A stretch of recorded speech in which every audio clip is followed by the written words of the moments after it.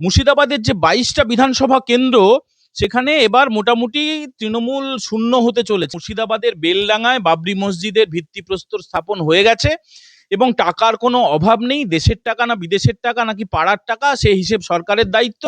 যে নথি আপনারা দেখছেন এই ক্যাম্পেইন কলিং এর পর্দায়, 500 কোটি টাকা একদিনে, কত হাজার কোটি টাকা তাহলে জমতে পারে। হুমায়ুন কবির তিনি বাংলাদেশে গিয়েছিলেন, সেখান থেকে কি নিয়ে এসছেন, তো এগুলো তদন্ত করে দেখা হোক।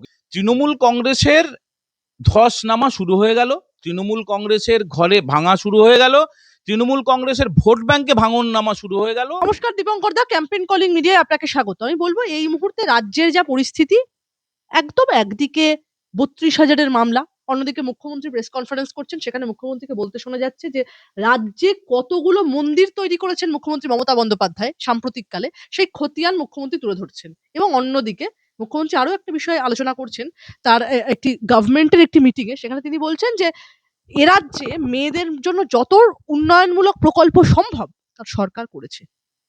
এই সমস্ত টানাপোড়েন পরেও আরো একটি বিষয়, অন্যতম গুরুত্বপূর্ণ বিষয়, সেটা হলো বাবরি মসজিদ ইস্যু। সাসপেনশনের পরেও বাবরি মসজিদ তৈরির সিদ্ধান্তে একদম অনড় হুমায়ুন কবির। দল থেকে সাসপেন্ড হওয়ার পর আরো রাফ অ্যান্ড টাফ দ্বিগুণ উদ্যম নিয়ে মুর্শিদাবাদে বাবরি মসজিদের শিলান্যাস হুমায়ুন কবির। কি বলবেন?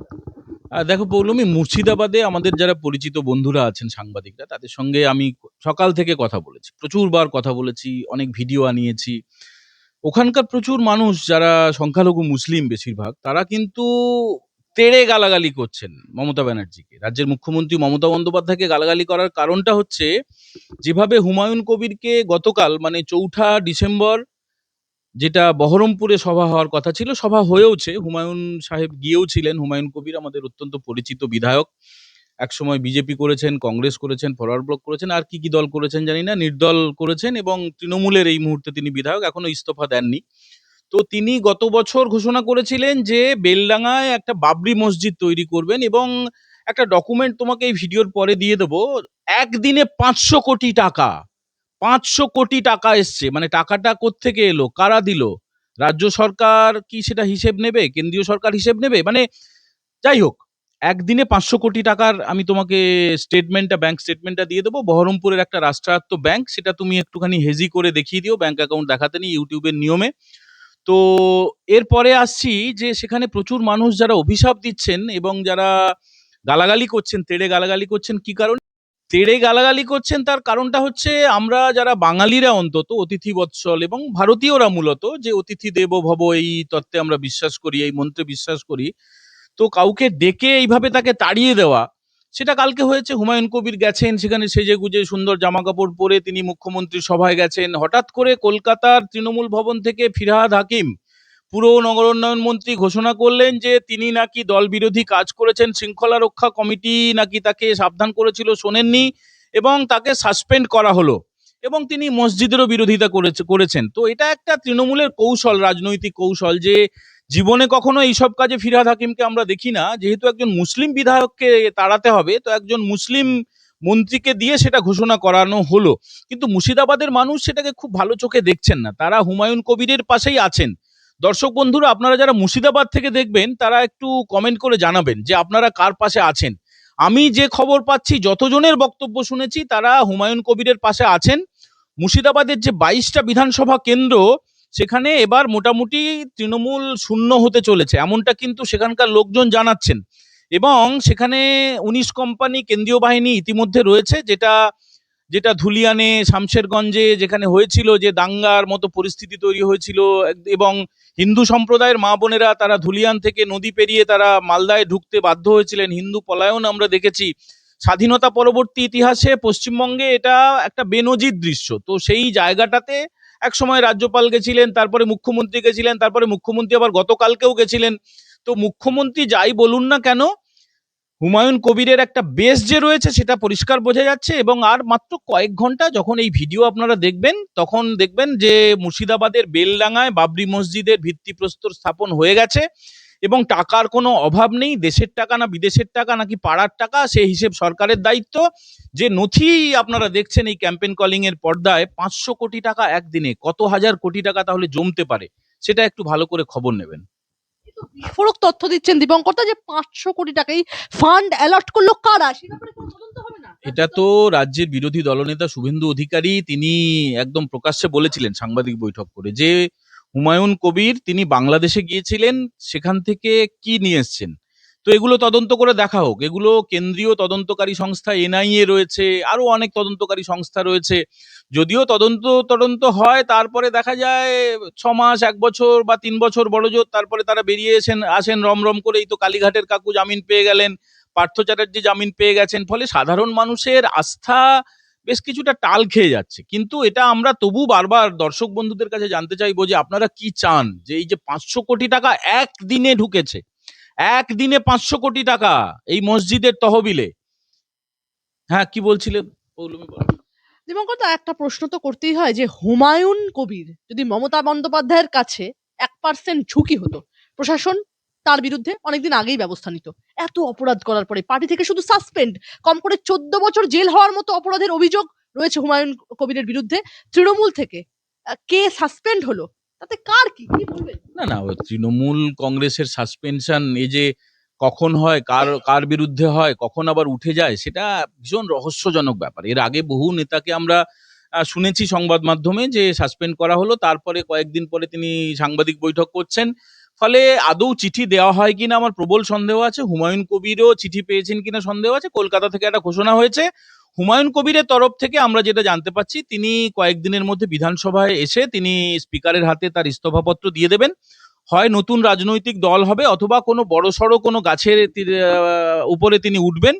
এবং সেটা তার মধ্যে শোনা যাচ্ছে মিম আছে, তার মধ্যে শোনা যাচ্ছে কংগ্রেস থাকতে পারে, তার মধ্যে জোট হতে পারে সিপিআইএম এর সঙ্গে, তার মধ্যে শোনা যাচ্ছে এনসিপি বলে মহারাষ্ট্রে যারা জোট সরকারে আছে সেই দল ন্যাশনালিস্ট কংগ্রেস পার্টি, তাদের সঙ্গে জোটে যেতে পারে।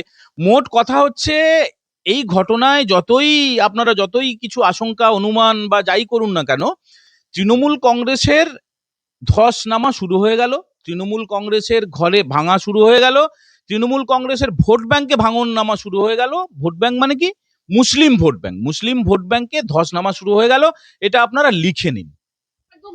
আমি এই এই এই প্রসঙ্গেই বলবো দীপঙ্করদা যে হুমায়ুন কবিরকে কি কোথাও গিয়ে আইপ্যাক এই এই মার্কেটে নিয়ে এসছে, বা আমি আমার কথাটা হয়তো একটু একটু বাজে শোনাবে, একটু অশালীন শোনাবে, কিন্তু আমি তবুও বলবো যে আইপ্যাকের প্রজেক্ট করা পার্সন কি কোথাও গিয়ে হুমায়ুন কবির? কারণ বিরোধীদের দিগ্ভ্রষ্ট করার জন্যই কি আইপ্যাক তাকে নামিয়েছে? তা যদি বলা হয় তাহলে কি মুখ্যমন্ত্রীর বিপদ বাড়লো মুসলিমদের নিয়ে? না, রাজনীতিতে সবই সম্ভব। রাজনীতিতে আসল জিনিস হচ্ছে ভোটে জেতা। তো ভোটে জেতার জন্য কৌশল খাটাবে তারা, আইপ্যাক টাকা নেয়, তার জন্য তৃণমূল কংগ্রেসের লাভ তারা করার চেষ্টা করবে। অসম্ভব কিছু না, অনেকে তা মনে করছেন। তবে আমার ব্যক্তিগতভাবে যা মনে হয় যে না, এটা তৃণমূলের হাতে আর কিছু নেই, তৃণমূলের হাত থেকে বল বেরিয়ে গেছে। কারণ হুমায়ুন কবির নিজের দর বাড়াচ্ছিলেন একটা সময়, সেটা তো পরিষ্কার।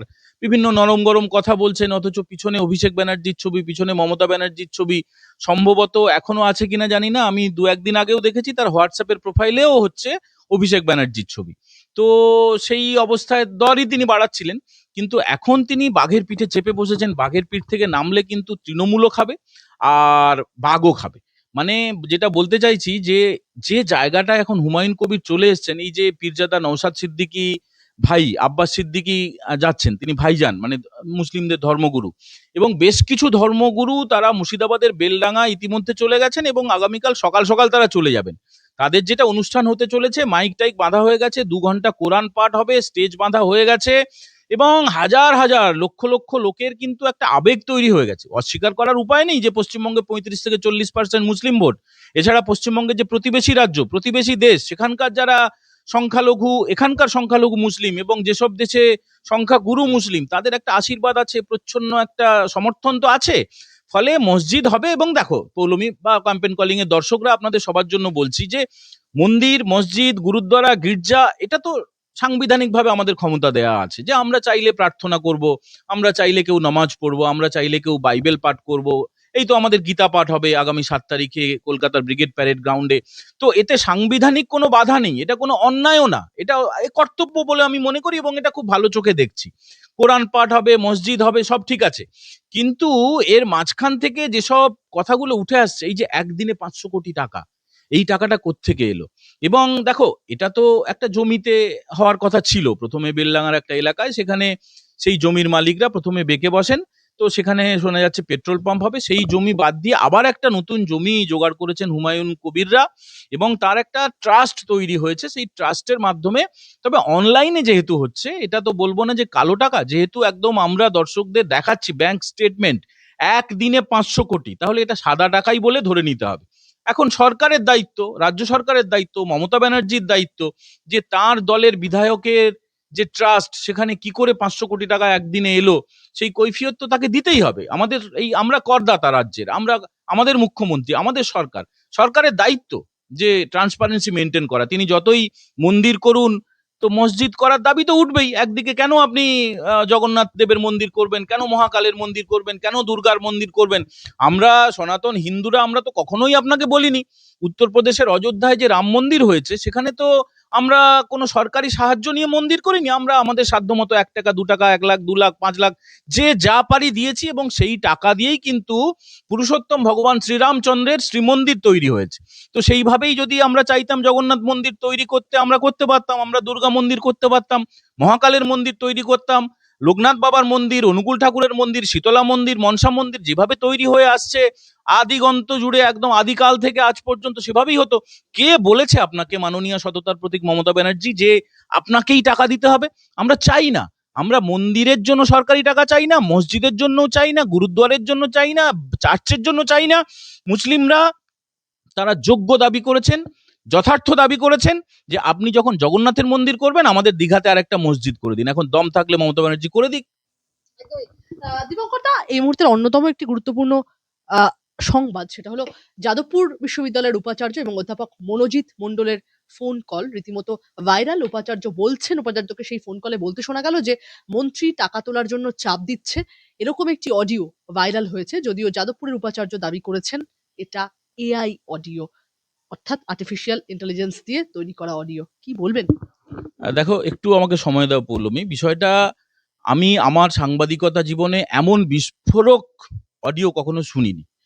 এই অডিওটা দিন 3-4 আগে আমার কাছে এসেছিল, এবং তারপরে আমি একটা কন্টেন্টও তৈরি করেছিলাম।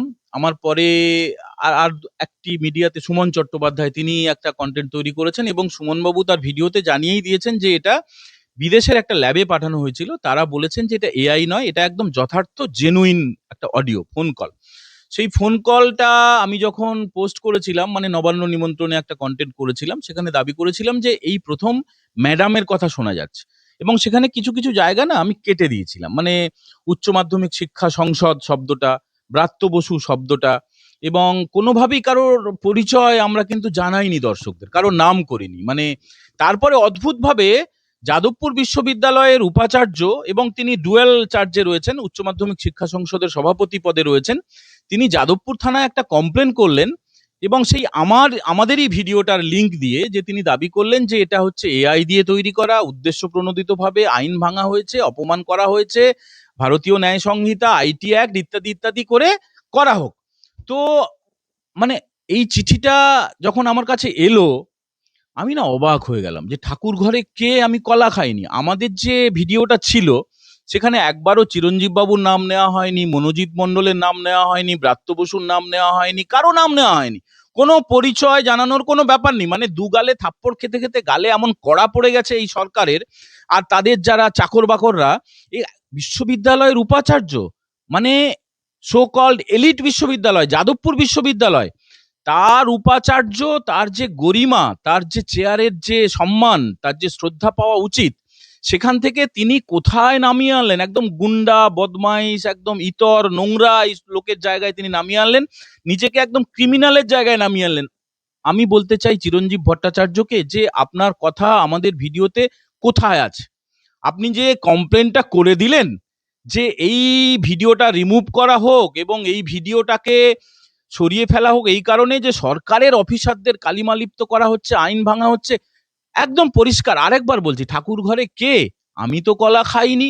আসলে উনি করেছেন, আমরা উনি চিরঞ্জীব ভট্টাচার্য, যিনি উচ্চ মাধ্যমিক শিক্ষা সংসদের সভাপতি এবং অধুনা যাদবপুর বিশ্ববিদ্যালয়ের উপাচার্য, তিনি ফোন করেছিলেন যাদবপুর বিশ্ববিদ্যালয়ের ইংরেজির অধ্যাপক দুজনেই আমার পরিচিত, চিরঞ্জীব বাবু পরিচিত এবং যাকে ফোন করেছিলেন মনোজিৎ মণ্ডল তাকে ফোন করেছিলেন। এবং পৌলমী ওই যে অডিও যেটা আজকে ভারতীয় জনতা পার্টির সদর দপ্তর সল্টলেক থেকে শঙ্কুদেব পণ্ডা তিনি প্রেস কনফারেন্স করে যা দেখিয়েছেন শুনিয়েছেন, সেই অডিওটা নিশ্চয়ই আপনারাও শুনবেন দর্শক বন্ধুরা। সেখানে আপনারা শব্দগুলোকে একটু মন দিয়ে শুনবেন। সেখানে বলা হয়েছে মুখ্যমন্ত্রীর কথা, ম্যাডামের কথা, সেখানে বলা হয়েছে ব্রাত্য বসুর কথা, ব্রাত্য বসুর নাম উল্লেখ হয়েছে, সেখানে যাদবপুরের উপাচার্য এই শব্দটা ব্যবহার করা হয়েছে এবং উপাচার্য বলছেন যে ব্রাত্য আমাকে মাল তুলতে বলছে, অডিওতে পরিষ্কার শোনা যাচ্ছে ব্রাত্য আমাকে টাকা তুলতে বলছে, টাকাকে ব্রাত্য টাকা বলে না, বলে মাল, মাল। ভাবুন একজন উপাচার্যের মুখের ভাষা এবং তার শিক্ষামন্ত্রীর ভাষা। শিক্ষামন্ত্রীর এখনো পর্যন্ত কোনো কেন বিবৃতি নেই, যেখানে উপাচার্যের এই গলা দিয়ে একটা প্রেস কনফারেন্স হয়ে গেল। রাজ্যের বিরোধী দল বিজেপি তাদের সদর দপ্তরে প্রেস কনফারেন্স করলো। মুখ্যমন্ত্রী তো কথায় কথায় হাঁচিতে কাশিতে টুইট করেন, কেন টুইট করছেন না? ব্রাত্য বসু তো আবার মাঝে মধ্যেই দেখি টুইট করেন, বাইট দেন, তার কোনো বাইট নেই। চিরঞ্জীব ভট্টাচার্য কেন প্রেস কনফারেন্স করছেন না? এদের তো উচিত। সেখানে সরকারি আধিকারিকের নাম রয়েছে, সেখানে সেলিম বক্স মন্ডল বলে একটি চরিত্রের নাম পাওয়া গেছে। সেলিম বক্স মন্ডল হচ্ছেন যাদবপুর বিশ্ববিদ্যালয়ের বাংলা বিভাগের অধ্যাপক। তার দলীয় আনুগত্যের কারণে তাকে নেতা স্বীকৃতি দেওয়া হয় এবং ব্রাত্য বসুর ভীষণভাবে ঘনিষ্ঠ, তাকে কলেজ সার্ভিস কমিশনে বসানো হয়েছিল। এরপরে এখন তাকে যাদবপুর বিশ্ববিদ্যালয়ের রেজিস্ট্রার পদে বসানো হয়েছে। রেজিস্ট্রার হচ্ছেন একটা বিশ্ববিদ্যালয়ের সর্বোচ্চ সিদ্ধান্ত নিয়ামক একজন অফিসার। কি করবেন না করবেন, উপাচার্য তো আলংকারিক ভাবে তিনি যেমন ভারতবর্ষের রাষ্ট্রপতি আর প্রধানমন্ত্রী, উপাচার্য হচ্ছেন রাষ্ট্রপতির সঙ্গে তুলনীয়, আর রেজিস্ট্রারের পদটা হচ্ছে প্রধানমন্ত্রীর মতো, রেজিস্ট্রারই সবকিছু। এখানে মনোজিৎ বাবুর গলাতে আমরা যা শুনলাম যে যত অশিক্ষক কর্মী নিয়োগ হবে সেখান থেকে মাল তুলতে হবে, মাল, টাকা তুলতে হবে। মানে সেই যে 2011-তে সরকারটা ক্ষমতায় এলো তৃণমূল সরকার, তারপর থেকে 2014-র প্যানেল হলো, যেভাবে পাস করুক আর না করুক বাড়ির চৌকাঠের সামনে দালালরা পৌঁছে গেল, টাকা দাও টাকা দাও, 26,000 শিক্ষক শিক্ষাকর্মী চাকরি পেলেন এবং হাইকোর্ট থেকে সুপ্রিম কোর্ট হয়ে থাপ্পড় খেতে খেতে 26,000 মানুষের পরিবার তারা রাস্তায় নেমে গেলেন। একই কাণ্ড কি হতে চলেছে কলেজ সার্ভিস কমিশনের যারা অধ্যাপক নিয়োগ হয়েছেন, একই কাণ্ড কি হতে চলেছে বিশ্ববিদ্যালয়ে যে সমস্ত কর্মীরা আধিকারিকরা নিয়োগ হয়েছেন এই তৃণমূলের আমলে? বিরাট চক্র পৌলমী, এই চক্র কত বড়! এরা যত দিন যাবে এটা পেঁয়াজের খোসার মতো আস্তে আস্তে আস্তে আস্তে ছাড়াতে ছাড়াতে এর শেষ কোথায় বুঝতে পারছি না। তবে এর মতো ভয়ঙ্কর বিস্ফোরক এবং এত বড় ঘটনা, এত বড় ফোন কল এর আগে আমরা শুনিনি। একদম আসবো নিয়োগ দুর্নীতির সিবিআই এর মামলায় একদম জামিন পেলেন কালীঘাটের কাকু অর্থাৎ সুজয় কৃষ্ণ ভদ্র। সমাজ মাধ্যমে 26,000 চাকরিহারাদের শুধু একটাই মানে প্রতিক্রিয়া দাদা, যে চাকরি ফিরলো না কিন্তু অভিযুক্তরা সবাই ঘরে ফিরলেন। কি বলবেন? না তাই তো চলছে। দেখো কালীঘাটের কাকুটা বড় কথা না, কালীঘাটের কাকু হচ্ছেন একজন কর্মচারী। তো তিনি তার যে বলেছিলেন আমার সাহেবকে কেউ ছুঁতে পারবে না, সাহেবের নামে চার্জশিট হয়ে গেছে। তো ফলে এখন অপেক্ষা করতে হবে কালীঘাটের কাকুদেরকে। কাকু তো একা নয়, কাকুর মতো একটা চক্র রয়েছে, পাড়ায় পাড়ায় চক্র আছে। তো দালালরা ছাড়া পাবে এটা অ্যাকচুয়ালি আমাদের আইনেরই আছে আর কি, পিএমএলএ অ্যাক্টে আছে যে নির্দিষ্ট যে যতদিন তার সাজা তার মধ্যে যদি 1/4 হয়ে যায় তো সেক্ষেত্রে তাকে জামিন দিতে হয়। তো এরা যেহেতু রাজ্যে ক্ষমতায় আছে, জামিন না দিলেও যে এরা বিরাট কষ্টে থাকে তা না। পার্থ চ্যাটার্জি জেল থেকে বেরোনোর সময় আপনারা দেখেছেন চকচক করছে গাল, সুন্দর করে দাড়ি কাটা, তার জামা কাপড় আয়রন করা, তারপরে চুলে কালার করা। তো তার চেহারা কথাবার্তা, তার তার ওজনও নাকি আগের থেকে বেশি বেড়ে গেছে। তো একজন লোক 3-3.5 বছর জেল খাটার পরে তার যা ছবি, তো যেটা পরে আমরা জানতে পারলাম যে একটা 5 স্টার কোয়ালিটির হোটেলের সুইটের মধ্যে তিনি ছিলেন, হোটেল না হাসপাতাল আর কি, হাসপাতালের সুইট, সেখানে সমস্ত বন্দোবস্ত ছিল, ফ্রিজ ছিল, মাইক্রো ওভেন ছিল, সেখানে খাট ছিল, এসি রুম ছিল, সেখানে রান্না করে খাওয়া দাওয়ার ব্যবস্থা ছিল, বন্ধু বান্ধবের সঙ্গে আড্ডা দেওয়ার ব্যবস্থা ছিল, সবকিছু যা যা দরকার তো সমস্ত ফেসিলিটি ছিল। আর পার্থবাবুর বাড়িতেও আমি দেখেছি যে এমন একজন অভিযুক্ত তার জেলে থাকার কথা, তার সঙ্গে মাঝে মাঝে দেখা করতে আসতেন। ফলে সরকারে থাকলে না মানে বলে না যে অনেক সময় যে যে ঘটনাগুলো অনেক সময় কাল্পনিকতাকেও হার মানিয়ে দেয়। তো কল্পনাও করা যায় না যে এমনটা হতে পারে। জেলের মধ্যে থেকে ফোন করছেন, সেই ফোন কল বাইরে বেরিয়ে আসছে, মানে দুর্নীতি হচ্ছে, তোলাবাজি চলছে, চাকরির দুর্নীতি, সেই অভিযোগে অভিযুক্ত জীবন কৃষ্ণ সাহা জেলের মধ্যে থেকে আবার চাকরি বিক্রি করছেন। তো এ রাজ্যে আর এ রাজ্যের যে সরকারি দল তাদের আমলে আর যে কি বাকি থাকবে, মানে স্পিলবার্গ বা বড় বড় পরিচালকরা তারা যদি না কোনো সাবজেক্ট খুঁজে পান, তারা একটুখানি ইন্টারনেটে গুগলে খালি ওয়েস্ট বেঙ্গল নিউজ বলে খালি সার্চ করে নেবেন, আর দেশে তো বটেই, গোটা বিশ্ব অবাক বিস্ময়ে দেখবে যে এমন এমন ঘটনাও ঘটে। চুরি করলো, জেলে গেল, আরামে থাকলো, আবার কিছুদিন পরে বেরিয়ে এলো, কিন্তু ভুক্তভোগী হলেন লক্ষ লক্ষ কোটি কোটি আমাদের ভাই বোনেরা, আমাদের দাদা দিদিরা, আমাদের পরিবারের সদস্যরা, আপনাদের পরিবারের সদস্যরা। ফলে এই ঘটনা যদি আপনারা চান যে আগামী দিনেও ঘটুক, ঘটবে। আপনারা যদি চান ঘটবে না, ঘটবে না। শেষে সামনে নির্বাচন, তার আগে একাধিক এই ফোন কল ভাইরাল, রীতিমতো কলেজ সার্ভিস কমিশনের একটা বিশাল দুর্নীতি চক্রের একটা জাস্ট কি বলবো, মানে হিমশৈলের চূড়া একটা একটা কোথাও গিয়ে এরকম একটা বিষয় সামনে এলো, কি বলবেন? না, এটা তো হয়, দেখো পুরো দুর্নীতি নিয়ে যে তদন্তটা চলছে, সেটা তো পুরো দুর্নীতির খোঁজ প্রথমে পাওয়া যায়নি। এই স্কুলে শিক্ষক নিয়োগ কেলেঙ্কারির তদন্তে নেমে সিবিআই এর হাতে এমন কিছু তথ্য এলো, তখন দেখা গেল যে ওরে বাপ রে বাপ, এ তো পুরো কেলেঙ্কারি, মানে যতগুলো পুরসভা রয়েছে সেখানে যে নিয়োগ হয়েছে সেখানেও বিরাট কেলেঙ্কারি। তো এইভাবেই শুরু হয়, মানে যে কোনো একটা বড় ঘটনা জানা যায় খুব ছোট একটা কাগজের টুকরো দিয়ে। এই যে 2G স্ক্যাম হয়েছিল সেন্ট্রাল গভর্নমেন্টের ইউপিএ আমলে, 2G স্ক্যাম বিরাট বড় স্ক্যাম। যত বড় বড় স্ক্যাম ধরা পড়ে প্রথমে খুব ছোট্ট একটা ক্লু পাওয়া যায়।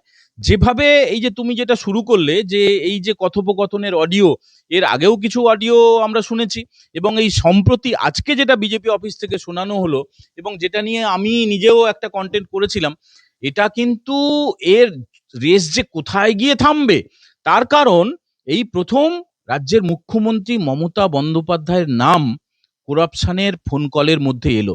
এখনো একদম সরাসরি, মানে এর আগে পর্যন্ত কাকু ভাইপো, উমুক তুমুক সবার নাম শোনা গেছে, মমতা ব্যানার্জিটা খালি বাকি ছিলেন। এবারে অনেকে বলেন তিনি ডেলোয় মিটিং করেছেন, ওই পর্যন্ত কোনো প্রমাণ কিন্তু কারো কাছে নেই, যদিও সেটা ভাঙিয়ে নাকি ব্ল্যাকমেল করে কেউ খাচ্ছে বা খেয়ে ফেলেছে ইতিমধ্যে, সেটা আলাদা কথা।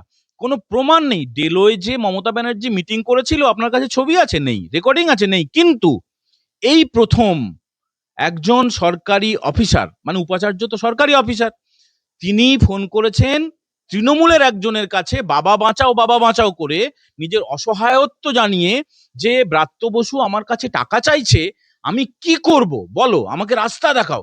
তো তৃণমূলের নেতা তাকে জানাচ্ছেন, অধ্যাপক মনোজিৎ মণ্ডল, তিনি জানাচ্ছেন ঠিক আছে, তোমাকে নিয়ে যাব, ঠিক জায়গায় নিয়ে যাব, আপার লেভেলে না কি একটা হাই কি একটা শব্দ বলেছেন, মানে তার ইঙ্গিতটা হচ্ছে আমি তোমাকে ক্যামাক স্ট্রিটে নিয়ে যাব।